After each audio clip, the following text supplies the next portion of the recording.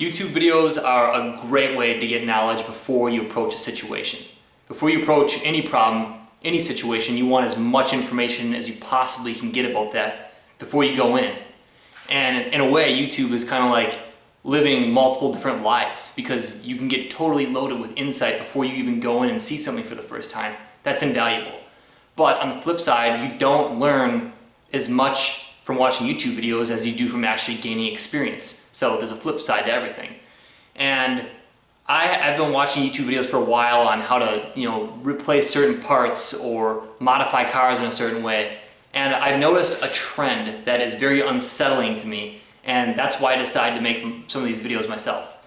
And the trend is this. People go through these processes, these part replacements, and they'll say, here are all the steps involved in doing it, and you're watching it in your garage, and you're pausing it every 2 minutes, when they get to the next part. And then when they get to the crux of the part, that stuck gear or that fixed shaft or whatever, they get to that certain part, the crux of the entire problem, all of a sudden they go, well, mine came right off, no struggle. And a lot of people have problems with this part, but I had no problem on my car.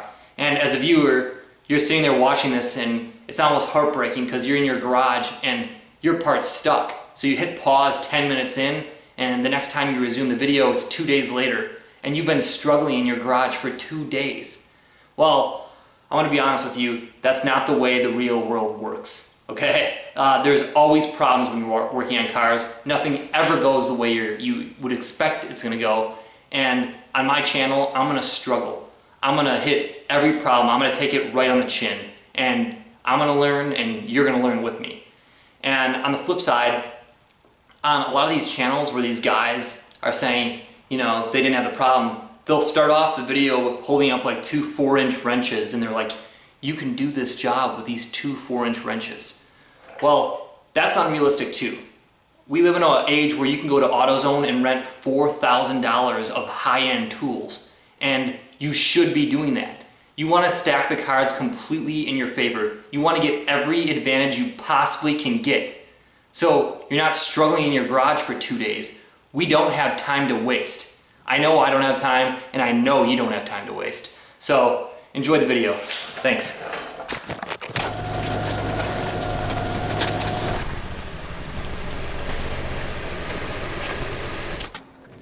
I'm using rubber jack pads and rubber jack stand adapters to protect the pinch welds and to protect the underbody of the car.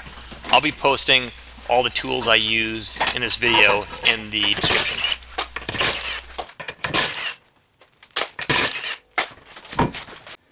The first thing you're going to do is take off your calipers.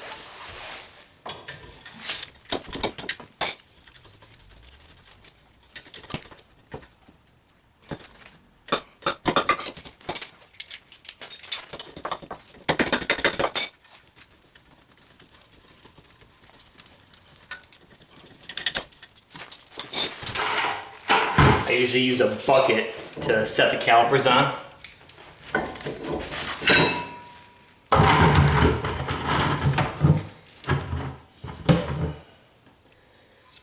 Remove your rotor.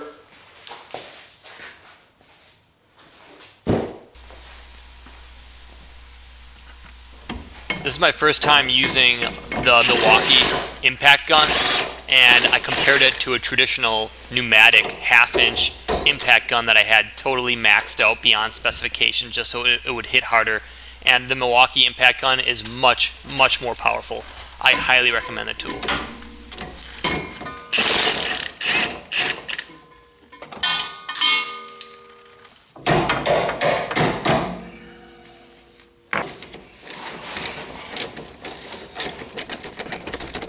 You know who my enemy is? This bolt. Yeah, he's putting up a fight. Not for long, though. Not for long.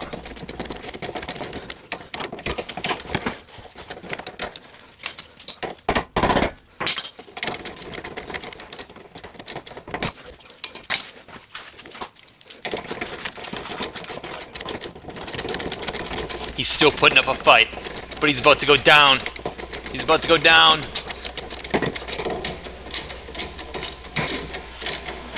Stupid bolt. My motto is always use the biggest tool possible.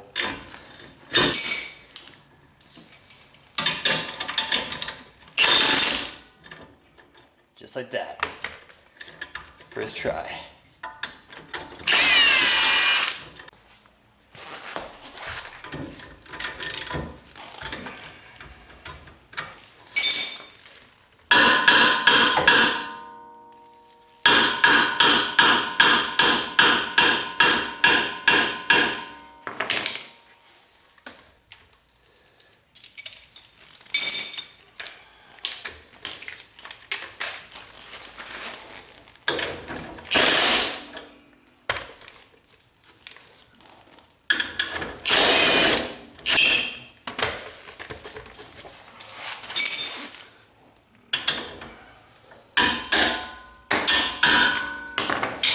I free that up, and now I'm going to start removing the hub assembly.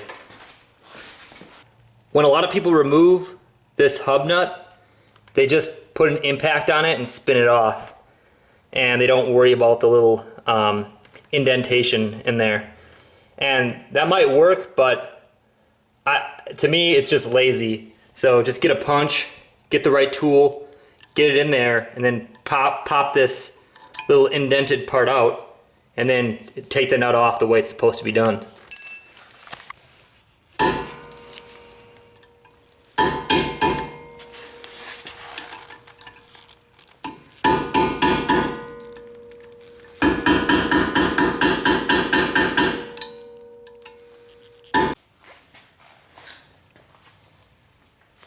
These hub nuts are so big that I just used an American equivalent.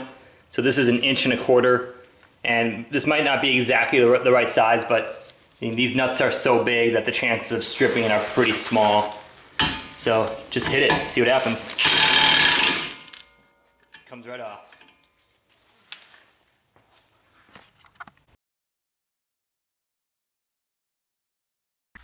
This is the wheel hub puller, and you just want to use some old lug nuts that you don't care about, because a lot of times you mess up the threads on them and end up just throwing them away after you're done using this on the job.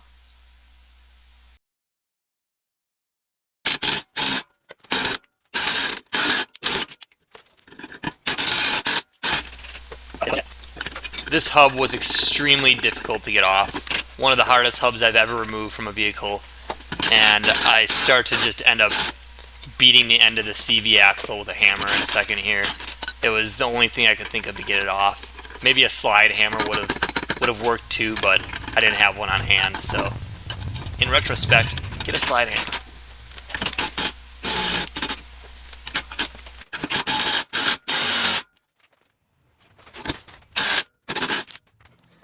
Alright, so here's the situation right now. I'm going to zoom in a little bit. Alright, so you see the tip of the CV shaft is taking some pretty good damage. So right now I've been, hitting this thing pretty hard, and this is, spinning in here, and this contacts the end of the CV shaft and is pushing against it, obviously. And we're pretty much starting to mushroom the tip of the CV shaft. And that might not be a problem, and I could just keep hitting it with the impact gun, but the problem is I don't know what's going to fail first. So if I'm hitting this with, I don't know, 1,000 foot-pounds of torque with the gun, this frame could break, or one of these lug nuts could literally just shoot off because the threads could all rip out.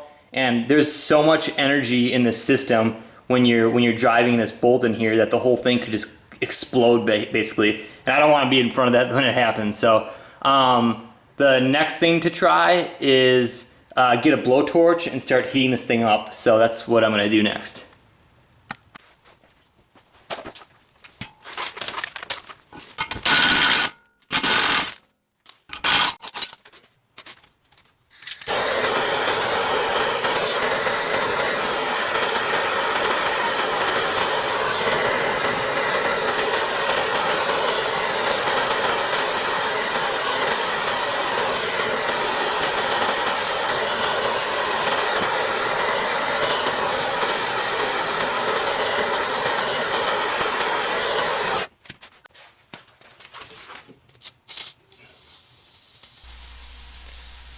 basically just kept repeating all the same things with greater intensity. So this is me hammering on the CV axle just a little bit harder, and I didn't know if it would make it budge or not, and it did right there. You saw the nut going a little bit there.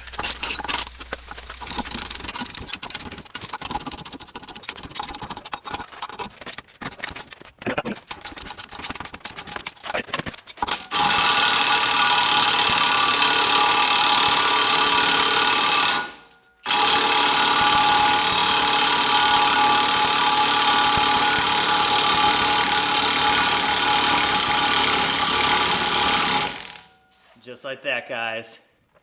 We got it off.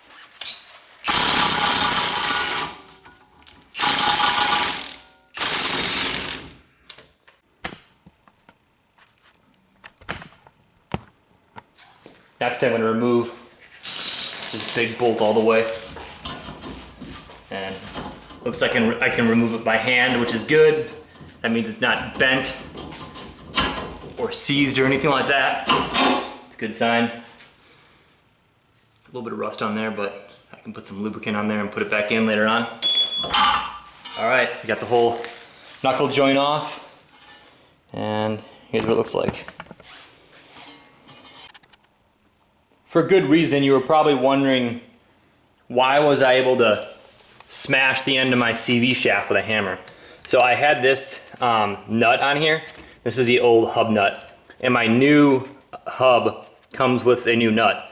So I knew I was going to be replacing the nut anyways, and the reason I was able to hit it with a hammer is because I realized that there was some play in this CV shaft, and it was almost an inch of play that it would move in. So I was hitting it because it takes time for the rest of these pieces to accelerate. So the majority of the force is absorbed by whatever is at the tip of this shaft. And that's what I was doing. I was taking advantage of the fact that, after, the shaft can actually move. Now I was hitting it really hard right at the tip with a large force. So, could it damage the rear end? Yeah, it could. And if that happens, I'm willing to take it, because I would have been struggling with this for a week if I didn't do what I just did. This is my new setup, so I have to still get the hub out of this knuckle joint, and I'm going to do that by setting up the knuckle on these two jack stands, and then pounding out this hub with a socket that fits right in there. That's the same diameter of this inner ring.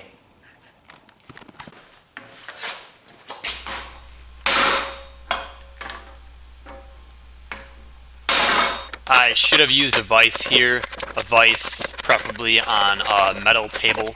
I just did not have that set up currently. Some people use blocks of wood to support the knuckle.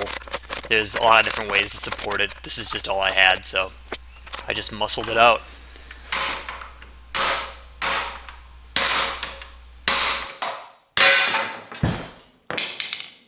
And the hub is out. Just for proof, I'll show you. There she is. So on an NB Miata, this job, if you're doing it and these rear wheel bearings have not been replaced in a really long time, you're probably going to bend the crap out of this shield around the back hub knuckle anyways. And a lot of people remove them just because it makes a lot of jobs easier, such as brakes or replacing new wheel studs. So I'm just going to remove mine right now. I'm going to cut this off. And I'm not one to eliminate OEM parts, and it's just a huge pet peeve of mine. And I don't know if it's a heat shield or a dust shield. Obviously it was meant to be there from the factory, and I don't like removing stuff like this, but this is an extreme example of where I actually will remove an OEM part.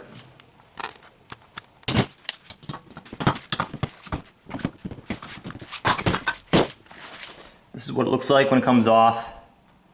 There's this spring that's usually dilapidated and hanging out. Some other details here. This part around here in the inside is called the wheel seal, and it's a really important replacement part. So always be sure to get a new wheel seal when you're doing a wheel bearing.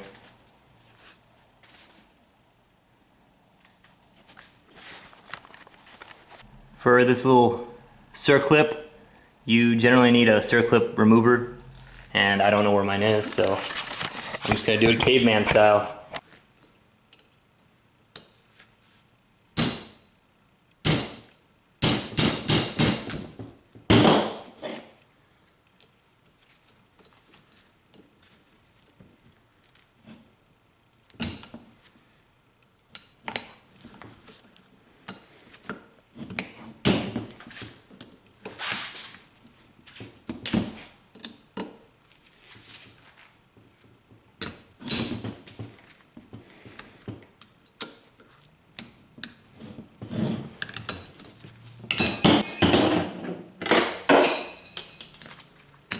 Alright, there we go. The old nasty bearings out.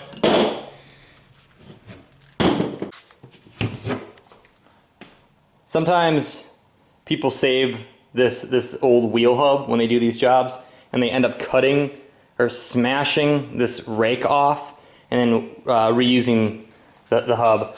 I don't do this usually because at this point I've done too much smashing already today, and this just would take a lot more time and a lot more effort.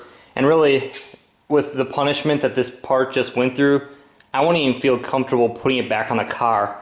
So I always just order a new wheel hub and install the new wheel hub with the new wheel bearing.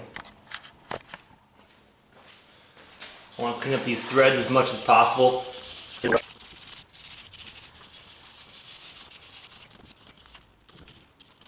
Next is removing the wheel seal.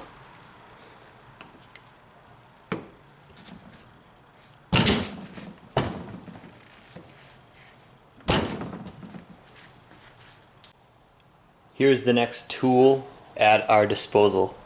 So this is a wheel bearing press, and it's interesting because on the box it says do not use an impact wrench, right on the box.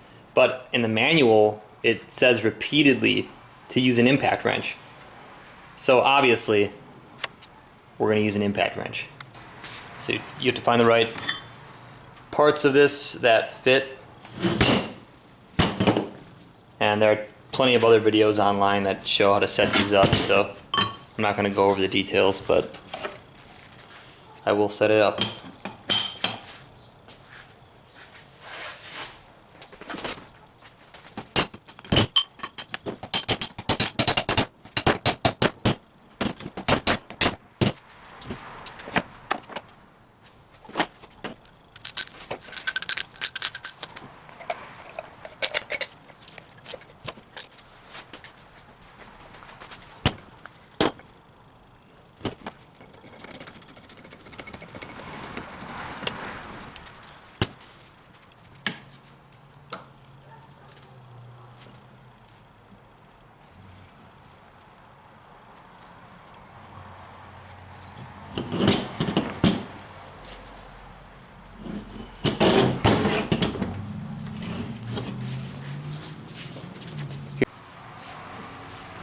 For this press, I had to select the smallest, or a much smaller one than I thought necessary. So I tried a bigger one at first, but I realized that the bearing isn't actually this outside ring. The bearing is actually way down, way lower, one of the lower rings. So I got this different sized fitting or coupling, and I put it in there, and I'm going to try this one.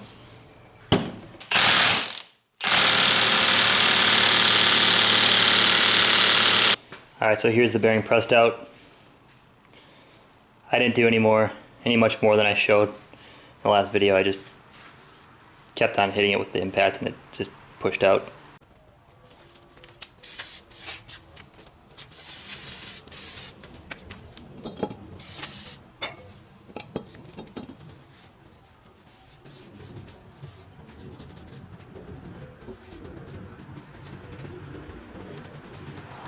Alright, the next part is to actually put the bearing in, and I usually grab the bearing, and some people put it in the freezer to cool it down, and then the metal shrinks. It's a good idea. It makes it easier to install. I did not do that in this case, but I usually test fit it See how far I can get it in, right at the very edge. Just make sure that it looks like it's square. Make sure that it looks like it's going in straight. This one looks pretty good. Then I just push it in, and I just keep monitoring it to make sure it doesn't veer off course at all.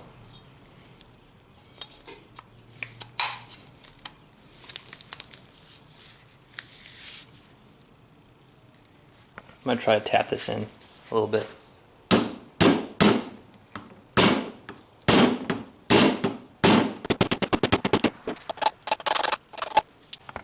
I'm gonna start this off by hand and just see how far I can get with it.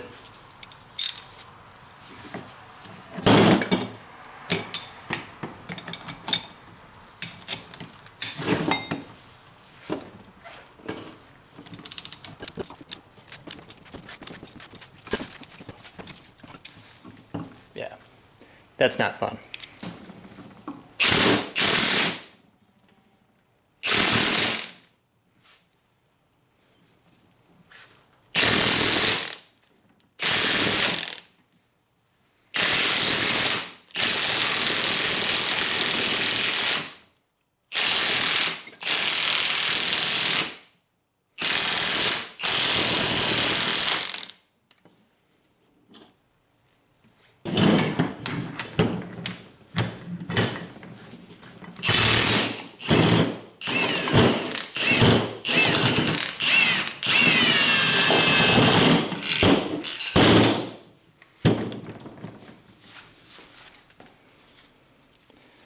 There it is, seated all the way.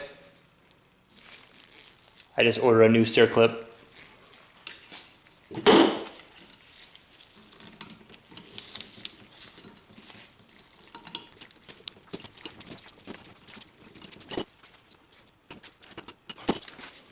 Just work it in like that. Alright, next is the wheel seal, and I usually put just a thin layer of grease on the back of this. I'm going to use anti-seize on this because I'm probably going to be the one taking it off.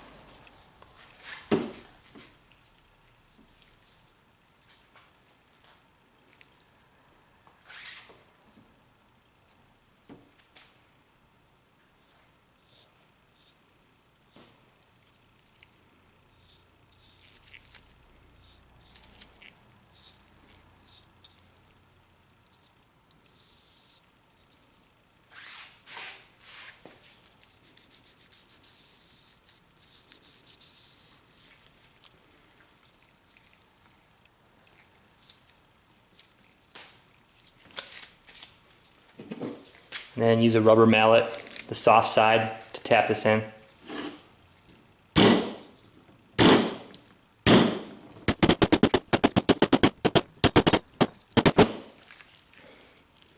You just want to make sure that there's no visible gap between the wheel seal and the hub knuckle. So just to visually inspect it around the circumference. This looks pretty good. Alright, next up I have to press this new hub into the knuckle. So get the press out again. Okay, so I set this up and I'm pressing the hub on, or in. So I'll try it by hand just to see how far I can get.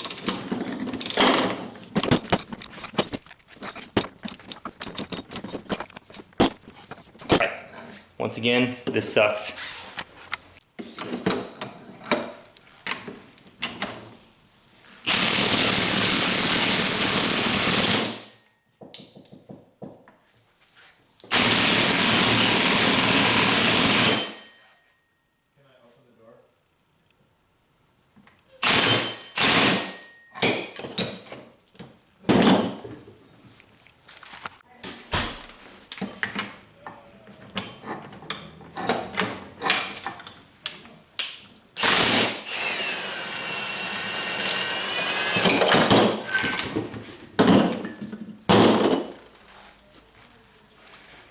Alright, there's the completed hub assembly.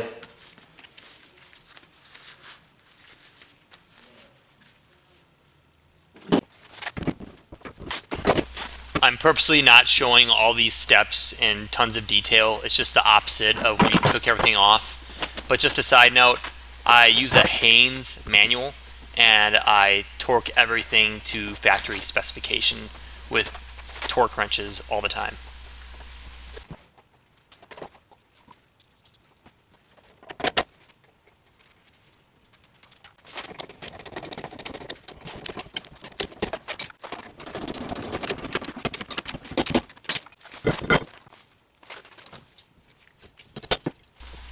But as you'll see very soon, all of my work here was totally futile, which is the nature of working on cars.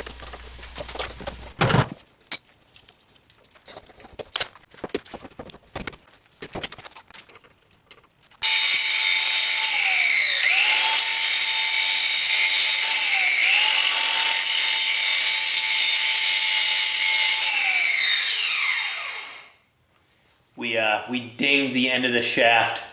So an update, I actually damaged some of the threads when I was hammering at the end of the CV shaft, and I tried to massage them a little bit with a grinder.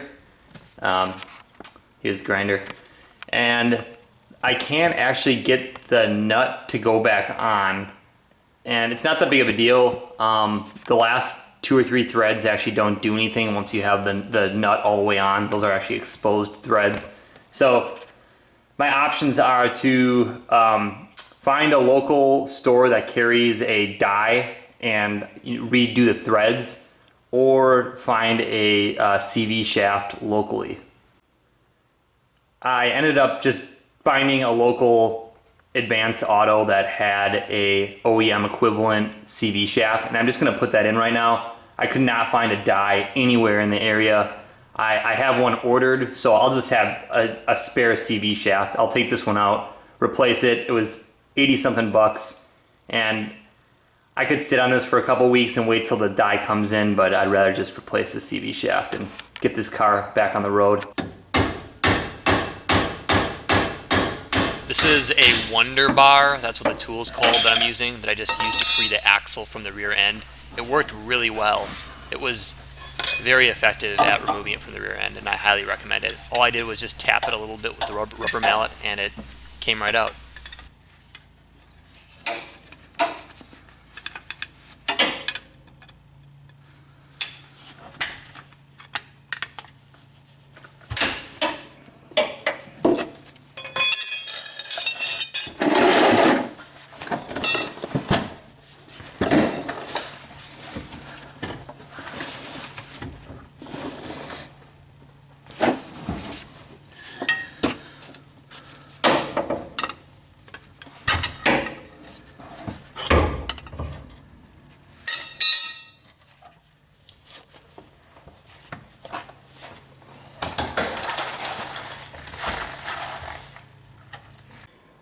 Just a brief visual inspection that the shafts are the same. I have to remove this ABS ring with a punch.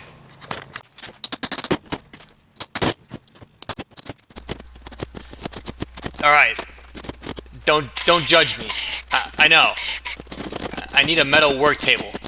Seriously, don't judge me.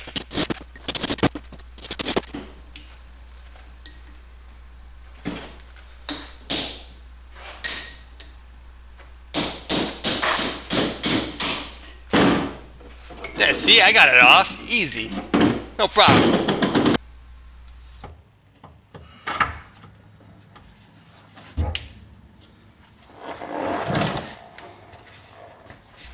For this part, there's a little circular clip on the end of the shaft, and I covered it in lubricant so it stayed in place, and then I just tapped the end of this in with the rubber mallet as well, and it ended up going right in.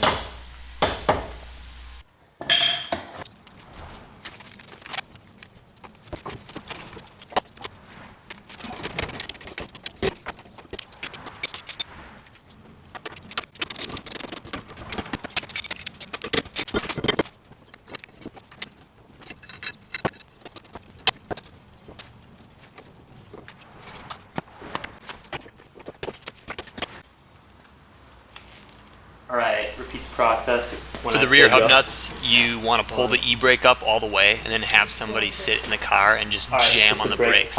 And I'm at the high end of the torque range right now. That's why I'm pretty much doing this dynamically. And just trying to pull it as fast as I can to get the torque meter to, the torque wrench to click.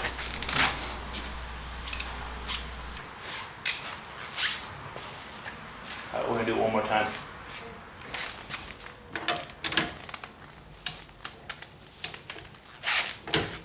Alright, jam it down. Good. Alright, you can let go.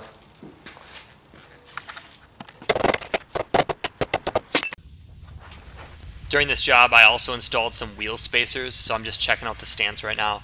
And the car looks super cool. I'm really happy with the results, and it looks really, really good with the top down.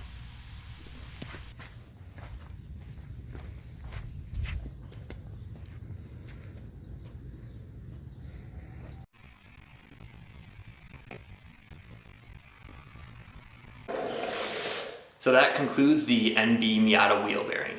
Obviously this job took a lot longer than I thought. I thought it was going to take probably 1 day, and it took 2.5 days. But working on cars is always a careful balance between action and inaction. You can't just let your car sit there for 2 months. You have to be decisive and make decisions that maybe are the best decision you possibly can make, and sometimes you might end up regretting those decisions, like when I hammered the end of my CV axle with a sledgehammer. In retrospect, I probably should have used a slide hammer, and I would choose a 10-pound slide hammer over probably like a 5-pound, because with a 10-pound slide hammer, you don't have to move the weight as fast to get the same amount of kinetic energy as the 5-pound slide hammer. So that is definitely something I would have done differently, and maybe I would have saved the CV axle for the first time. Yeah, so it's over, and with all these projects, all car projects are the same way. You think you know how the problem's going to go, and it always doesn't go exactly the way you planned. There's always unforeseen problems, but you end up with more knowledge, more insight, and just a better overall appreciation of the work you did after you finished. And I know I learned a little bit on this project, and I hope you did too, and I hope you go out and fix your own wheel bearing this weekend. See ya.